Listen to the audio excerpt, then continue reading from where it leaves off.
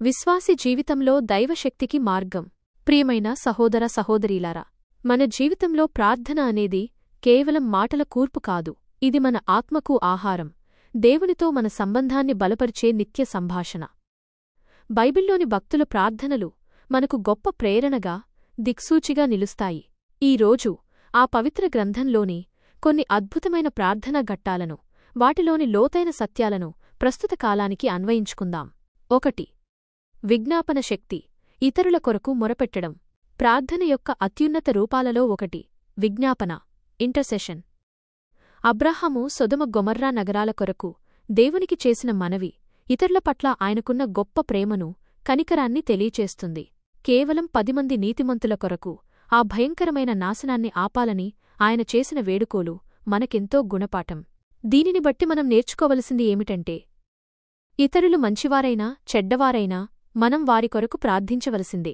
మన చుట్టూ ఉన్న సమాజం, మన దేశం, ప్రపంచం ఎందరో కష్టాల్లో, పాపంలో ఉన్నారు. అబ్రాహాము వలె మనం కూడా విశ్వాసంతో కూడిన పట్టుదలతో ప్రార్థిస్తే మన విజ్ఞాపన వలన అనేక మందికి మేలు కలుగుతుంది. దేవుని కృప వారిపై కురుస్తుంది.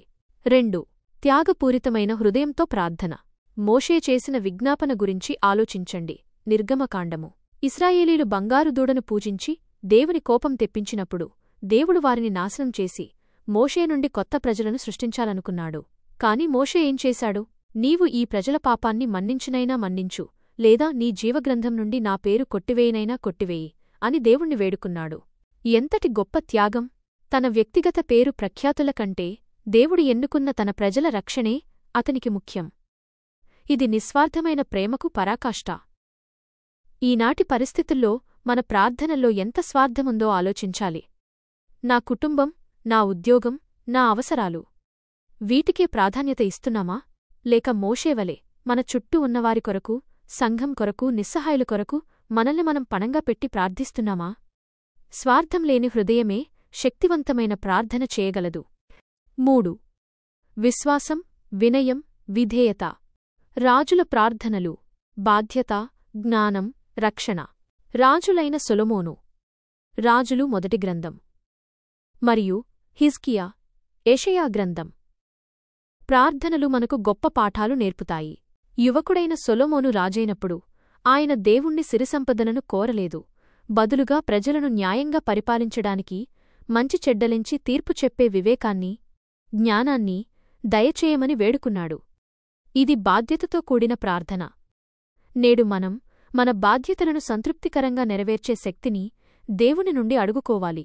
అది కుటుంబంలో కావచ్చు, ఉద్యోగంలో కావచ్చు, లేక సమాజంలో కావచ్చు.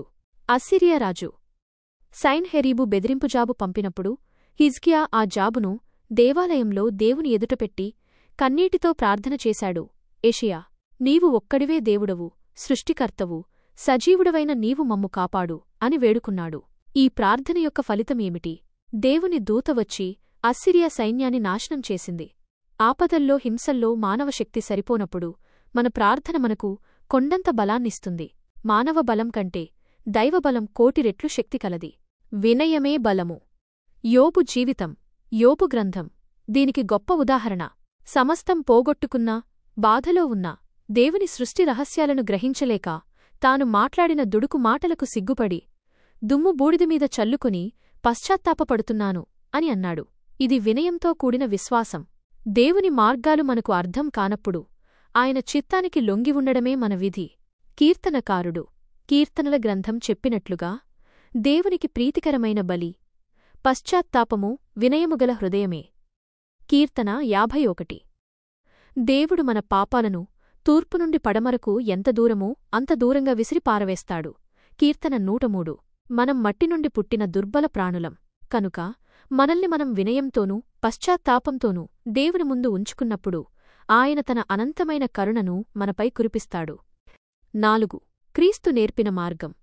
అల్ప విశ్వాసం నుండి సంపూర్ణత వైపు. కొత్త నిబంధనలో మన ప్రభువైన యేసుక్రీస్తు ప్రార్థనలు మనకు అత్యంత ముఖ్యమైనవి. విధేయతకు మచ్చుతునక. గెత్సెమనే తోటలో క్రీస్తు చేసిన ప్రార్థన. మార్కు సువార్త మనకు విధేయత యొక్క పాఠాన్ని నేర్పుతుంది. శిలువ మరణం అనే పాత్రను తొలగించమని ఆయన తండ్రిని వేడుకున్నప్పటికీ, నా చిత్తం కాదు, నీ చిత్తమే నెరవేరుగాక అని ప్రార్థించాడు. మనందరికీ సుఖంగా జీవించాలని ఉంటుంది, కాని దేవుని చిత్తానికి లొంగినప్పుడు మాత్రమే గొప్ప మనశ్శాంతి లభిస్తుంది. మన చిత్తం ప్రకారం జీవిస్తే పాపకార్యాలే చేస్తాం. కనుక మనం నిరంతరం, ప్రభూ, నీ చిత్తమేమిటో నాకు తెలియచేయి, దాని ప్రకారం జీవించే శక్తినివ్వు అని ప్రార్థించాలి. నమ్మకం, ధైర్యం. బర్తిమయి అనే గ్రుడ్డివాడి మొర మార్కు సువార్త మనకు పట్టుదల గురించి నేర్పుతుంది. అయ్యా, నన్ను కరుణించు అని అతను బిగ్గరగా అరిచాడు. చుట్టూ ఉన్నవారు వారించినా అతని ప్రార్థనలో ఉన్న విశ్వాసం, పట్టుదలే అతనికి చూపును తెచ్చిపెట్టాయి. ఈనాడు మనకు కావలసింది కూడా ఆధ్యాత్మిక చూపు. దేవుని శక్తిని, ప్రేమను, మన జీవితంలో ఆయన చేసే అద్భుతాలను స్పష్టంగా చూడగలగడం. పడవలో తుఫాను వచ్చినప్పుడు భయపడిన శిష్యులవలే మత్తయి సువార్త, లేదా నీటిపై నడిచేటప్పుడు మునిగిపోబోయిన పేతురువలే మత్తయి సువార్త మన విశ్వాసం అపరిపూర్ణమైనది. కొన్నిసార్లు నమ్ముతాం, కొన్నిసార్లు సందేహిస్తాం. అందుకే ఆ తండ్రివలే మార్కు సువార్త మనం కూడా, నా అవిశ్వాసాన్ని నీవే తొలగించు అని వేడుకోవాలి. క్రైస్తవ జీవితమంతా ఈ విశ్వాసం మీదనే ఆధారపడి ఉంటుంది. దైవ సాన్నిధ్యంలో వినయం. సుంకరి ప్రార్థన లూకా సువార్త నిజమైన పశ్చాత్తాపాన్ని తెలియజేస్తుంది. దేవాలయంలోకి వచ్చిన పరిసయ్యుడు తనను తాను పొగడుకున్నాడు, కాని సుంకరి, దేవా, ఈ పాపిని కనికరించు అని రొమ్ము బాదుకున్నాడు. దేవుడు సుంకరి ప్రార్థననే ఆలకించాడు. వినయంతో, చిత్తశుద్ధితో దేవుని ముందు మన తప్పిదాలను ఒప్పుకుంటే ఆయన మనలను తప్పక క్షమిస్తాడు. ఎందుకంటే దేవుడు గర్విష్ఠులను ఎదిరించి దీనులకు కృపననుగ్రహిస్తాడు. ముగింపు. చివరిగా మనం ఎప్పుడూ యేసునామం మీదిగా ప్రార్థన చేయాలి. యోహాను సువార్త. ఆయనే మనకు రక్షకుడు. ఆయనే మన విజ్ఞాపనలను తండ్రికి చేర్చే ఏకైక మార్గం. మన ప్రార్థనలకు పరిశుద్ధాత్మ సహాయం చేస్తుంది. రోమీయులకు పత్రిక. ఎందుకంటే మన బలహీనతలో మనమేమి అడగాలో మనకు తెలియదు. ఆత్మ మన హృదయంలో ఉండి మన రక్షణకు అనుకూలంగా ప్రార్థిస్తుంది. మనం చేసే ప్రతి పనిని యేసు పేరిట, దేవుని మహిమ కొరకు కొలస్సయులకు పత్రిక చిత్తశుద్ధితో చేయగలిగితే ఆ పని ఒక ప్రార్థనగా మారిపోతుంది.